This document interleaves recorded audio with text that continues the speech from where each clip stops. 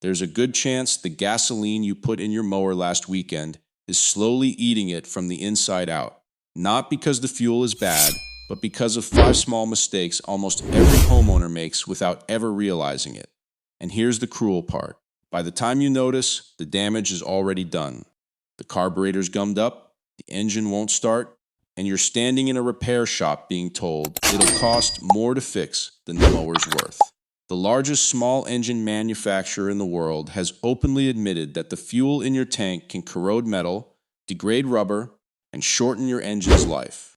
So today I'm walking you through the 5 ethanol mistakes that quietly kill mower engines, and exactly how to stop every single one. Number 3 is the one I guarantee you're getting wrong right now. But first, let's understand the enemy, because once you get this, all 5 mistakes make perfect sense. Almost all the gas you buy today contains ethanol, usually 10%, labeled E10. Ethanol is alcohol made from corn, and it's added to boost octane and cut emissions. In your car, it's mostly fine, but your mower is a completely different animal, and ethanol does 2 nasty things to a small engine. First, it's a solvent. It actively dissolves and degrades the rubber and plastic parts in your fuel system, the lines, the seals, the carburetor components. Second, and this is the big one, ethanol hygroscopic. That's a fancy word for one simple destructive fact. It pulls water straight out of the air and into your fuel. And when enough water gets absorbed, something called phase separation happens. The water and ethanol clump together, separate from the gasoline, and sink to the bottom of your tank as a corrosive layer. Now here's why that's catastrophic. Your fuel pickup is at the bottom of the tank, so your engine sips that water and alcohol sludge first, which means corrosion, terrible running, and in bad cases, a dead engine. The largest small engine maker on earth said it plainly. Ethanol has inherent properties that cause corrosion of metal parts, including carburetors, degradation of plastic and rubber, harder starting, and reduced engine life. That's the enemy.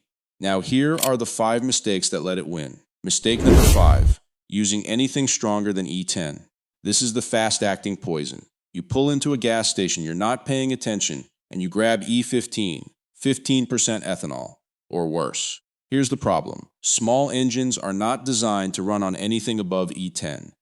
The Outdoor Power Equipment Institute is crystal clear on this, and so is every major manufacturer. Honda, Toro, Briggs Stratton, Steel. They all warn against it, usually right in the manual and printed on the fuel tank.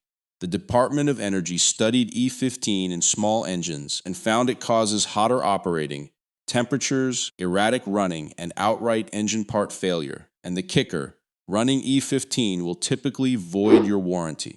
So if your mower dies from it, you're paying for the repair, not them.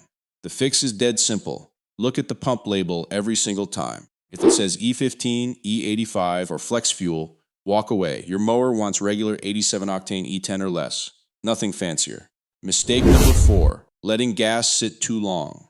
This is the silent killer because it doesn't feel like a mistake. You fill the tank, you mow, you park it. Life happens. 3 weeks go by, then 5. Here's what most people have no idea about. Gasoline begins to degrade in as little as 30 days. And with ethanol pulling in moisture the whole time, it can go stale in 30 to 60 days. As it breaks down, the light parts evaporate, and what's left turns into a thick, gummy, varnish-like residue. That goo clogs the tiny passages inside your carburetor, passages thinner than a pencil lead, and suddenly your mower won't start, idles rough, or has no power. One mechanic showed what old ethanol gas did to a fuel line. It had practically melted the rubber from the inside. The fix: don't store fuel. Store fresh fuel. Only buy what you'll use in about a month. Mark your gas cans with the date you bought them, and always burn the oldest fuel first. Mistake number 3, and this is the one I promised you're probably getting wrong right now. Skipping fuel, stabilizer. Most people think stabilizer is only for winter. Wrong. If there's any chance your gas will sit longer than 30 days, in the mower or in the can, it needs stabilizer, period.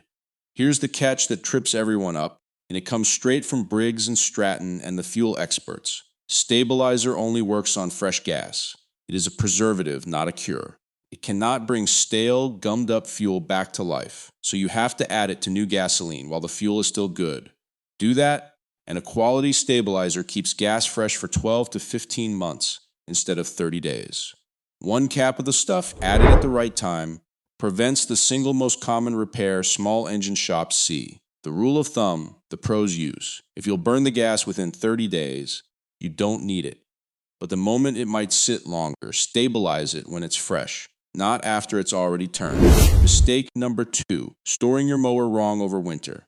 This is where the real carnage happens, because your mower sits untouched for 4, 5, 6 months, the perfect amount of time for ethanol to absorb water, separate, and corrode everything it touches. Come spring, you yank the cord and nothing. Now, there are 2 valid schools of thought here, and I'll give you both honestly. Camp 1 says run it dry. At the end of the season, let the engine run until it stalls from an empty tank, so there's no fuel left to go bad. Camp 2, which includes manufacturers like Honda, says store it full with stabilized fuel, because a full tank of treated gas leaves less room for air and moisture and protects the metal from corrosion. Honda's official guidance is not to leave gas sitting more than about 90 days untreated. Both approaches work. What kills mowers is doing neither. The one trap to avoid: running the tank dry but forgetting the fuel bowl on the carburetor. That little bit of leftover gas varnishes up and gums the carb anyway. So if you run it dry, drain the carburetor bowl too. Pick a method, do it every fall, and your spring startup becomes a single pull instead of a trip to the shop. And mistake number 1, the one that undoes everything else: ignoring ethanol-free fuel when you could be using it. Here's the truth the pros have known for years. The single best thing you can do for a small engine is feed it ethanol-free gas, often sold as recreation fuel or Rec 90. With no ethanol, there's no water absorption, no phase separation, no dissolved rubber, and it stays fresh dramatically longer. It even burns cooler and cleaner. Landscapers who depend on their equipment for a living are nearly unanimous. Ethanol-free fuel in small engines is the cheapest insurance you can buy against expensive repairs and downtime. One person watched a neighbor spend hundreds on a carburetor rebuild, and the mechanic's only advice afterward was, use ethanol-free from now on. Yes, it costs a bit more per gallon, but compare a few extra dollars at the pump to a $100 carb rebuild or a dead engine. It's not even close. If you can find it in your area, run ethanol-free in your mower, and still add stabilizer if it'll sit, because even ethanol-free gas goes stale eventually, just slower. So let's pull it all together, because these 5 mistakes stack into one simple game plan. Never run anything stronger than E10. Check the pump every time. Don't let gas sit longer than about a month. Add stabilizer to fresh fuel whenever it might sit. Store your mower properly every single fall. Run it dry and drain the bowl, or store it full and treated. And if you can get it, feed your engine ethanol-free fuel. Do those 5 things and you've shut down the #1 cause of small engine death. Full stop. The fuel that's quietly destroying mowers all over the country won't touch yours. Here's the honest big picture, and it's good news. Ethanol doesn't have to wreck your engine. Most ethanol horror stories aren't really about the fuel itself. They're about how it was stored and used. A well-maintained mower running fresh, stabilized E10 will outlast a neglected one every time. You're now in the small group of people who actually know how to handle it. But fuel is only one of the 2 fluids in your engine, and the other one, the oil, is where most people make a mistake that's even more destructive. I broke that down completely in this next video right here. Tap it, and I'll see you there.